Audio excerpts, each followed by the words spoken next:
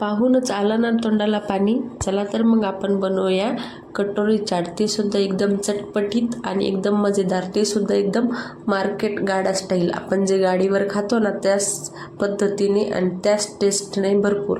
तर त्यासाठी मी ते 500 ग्रॅम मैदा घेतलेला आहे। वाटीने म्हटलं तर 3.5 वाटी मैदा आहे। त्यानंतर त्यामध्ये मी बारीक रवा घेतलेला आहे।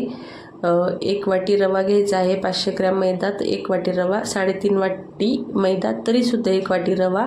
जाड रवा घ्यायचा नाही आहे, त्याने काय होतं जाड रव्याने जी पापडी कुरकुरीत होणार ना ती अजिबात होणार नाही। त्यासाठी जाड रवा असेल तर मिक्सरमध्ये ग्राइंड करून घ्या।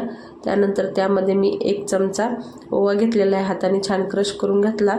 5 ते 6 चमचे तेल आहे।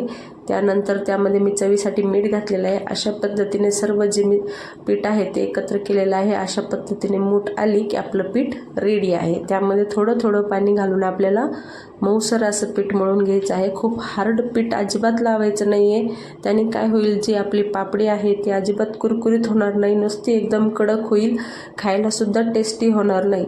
तर अशा पद्धतीने सॉफ्ट पीठ लावून घ्यायचं आहे। आपण आता पिठाला 10 मिनिटं रेस्ट देऊया। तर अशा पद्धतीने आपले पिठाला जे आहे 10 मिनिटं रेस्ट देऊन झालेलं आहे। पीठ छान प्रकारे फुगून आलेलं आहे आणि एकदम मऊ लुसलुशीत असं जे पीठ आहे ते आपलं तयार आहे। आणि याच पद्धतीने आपल्याला पीठ तयार करून घ्यायचं आहे। अजिबात हार्ड पीठ लावायचं नाही, घट्ट पीठ लावायचं नाही किंवा खूप पातळसुद्धा लावायचं।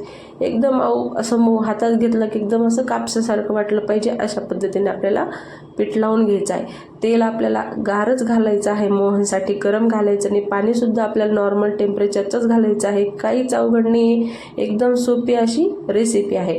त्यानंतर आपल्याला आपण जशी पुरी लाटतो ना त्याच पद्धतीने आपल्याला पिठाचा गोळा घ्यायचा आहे। या पद्धतीने आपल्याला पुरीच्या साईजची जी आहे ती कटोरी चाटसाठी पुरी लाटून घ्यायची आहे। त्यानंतर येथे मी काटाचा चम्मच घेतलेला आहे, त्याने काय थोडे थोडे होल आपल्याला पाडून घ्यायचे। त्याने काय होईल ज्यावेळेस आपण तळायला कढईमध्ये ही जी पापडी आहे ती घालू ना तर ती फुगणार नाही। ती फुगली तर मग ती टेस्ट पापडी चाटची येणार नाही। तर या पद्धतीने मी मीडियम साईजची वाटी घेतलेली आहे। वाटी आपल्या सगळ्यांच्या घरात अवेलेबल असते, त्यामुळं काहीच टेन्शन नाही आहे। त्या पद्धतीने मी वाटीला थोडंसं तेल लावून ग्रीस करून घेतलेलं आहे। वाटी पालथी घातली, त्यानंतर त्याच्यावर जी आहे आपण लाटलेली पुरी आहे ती लावून घेतली। तिला थोडंसं हाताने हलक्या हाताने जे आहे व्यवस्थित करून घ्यायचं आहे। त्याने काय होईल व्यवस्थित खूप असं दाबायचं आणि अल्लाद असं चिटकून घ्यायचं आहे या पद्धतीने। तर अशा पद्धतीने मी तुम्हाला वाटीला सुद्धा लावून दाखवलेलं आहे। आता मी तुम्हाला ग्लासला सुद्धा मी कटोरी चाट कशी बनवायची ते सुद्धा दाखवणार। तर या ठिकाणी मी ग्लास घेतली, ग्लासला सुद्धा मी तेलाने छान असं ग्रीस करून घेतलेलं आहे थोडंसं। त्यानं पद्धतीने त्याच पद्धतीची पुरी लाटून ग्लासवर ठेवलेली आहे आणि अशा पद्धतीने तिला जे आहे छान प्रकारे सील करून घेतलेलं आहे अशा पद्धतीने। आणि ते जेवर आता आपले थोडेसे काने कोपरे काय ते आलेले आहेत त्याला आपण छान असं सुरीने कट करून घेणार आहोत। एक शेपची जी आहे आपल्याला ती कटोरी चाट आपण बनवून घेणार आहोत। तर या पद्धतीने जे आहे मी सुरीने त्याचे जे काप वरती आलेले आहेत ते सर्व जे आहेत काढून घेतलेलं आहे। एकदम अशी छान असा शेप जो आहे तो दिलेला आहे। तर या ठिकाणी बघा तुम्ही अशा पद्धतीने आपल्याला जे आहेत छान अशा कटोरी चाट बनवून तुम्ही हवं तर सगळं वाट्याला करा किंवा मग ग्लासला करा, तुम्हाला जे साईज योग्य वाटेल तशी तुम्ही करू शकता।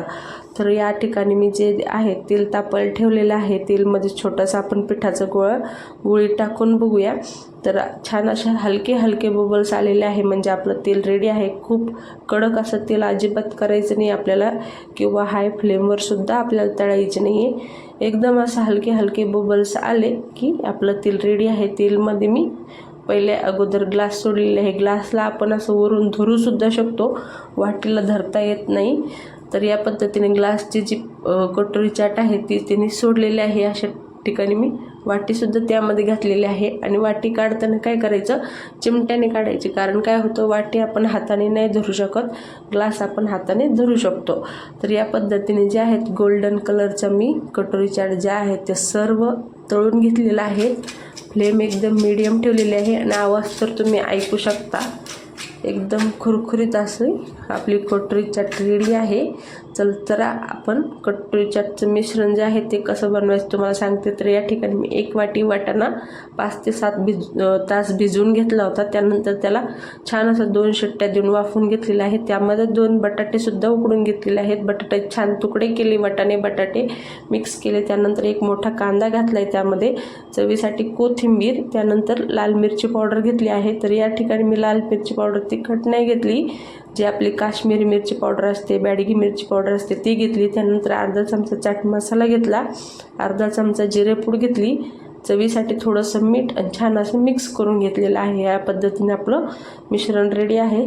आता आपण कटोरी चाट कशी लावायची ते सुद्धा पाहूया. तर या प्लेटमध्ये मी जी आहे कटोरी चाट ठेवलेली आहे. त्यानंतर त्यामध्ये मी थोडीशी पुदिनाची चटणी बनवलेली होती, तर ती चटणी घातली आणि ही जी आहे तिखट टेस्ट देणार आहे ही चटणी आपल्या कटोरी चाटला. त्यानंतर आंबट गोड टेस्टसाठी इथे मी चिंचेची चटणीसुद्धा घातलेली आहे. तर या पद्धतीने मी घातलेले. त्यानंतर आपण जे आहे वाटाण्याचं मिश्रण बनवलेलं आहे ते सुद्धा त्यामध्ये घालणार आहोत. तुम्ही हवं तर पांढऱ्या वाटाण्याचं किंवा मग पांढरे हरभरे, काळे हरभरे त्याचंही बनवू शकता. माझ्याकडे हिरवे वाटाणे अवेलेबल होते, तर मी त्याचं बनवलेलं आहे, ते सुद्धा आपण त्यामध्ये घालूया. आता यामध्ये महत्त्वाचं म्हणजे डाळिंबाचे दाणे. डाळिंबाच्या दाण्याने कलर तर छान येतोच, पण ज्यावेळेस आपण खातो ते दाताखाली काय लागतात आहा. तर त्यानंतर आपण त्यावर थोडीशी शेव, थोडासा कांदा, या पद्धतीने थोडीशी परत आपण वरून गार्निशिंगसाठी थोडी चटणी सोडायची आहे, चिंचेची सुद्धा आणि पुदिन्याची सुद्धा. अशा पद्धतीने आपली कटोरी चाट जी आहे ती एकदम रेडी आहे. खायला सुद्धा एकदम परफेक्ट आणि दिसायला सुद्धा एकदम छान. तर तुम्हाला जर माझी रेसिपी आवडली असेल तर सबस्क्राईब करायला अजिबात विसरू नका. Please subscribe.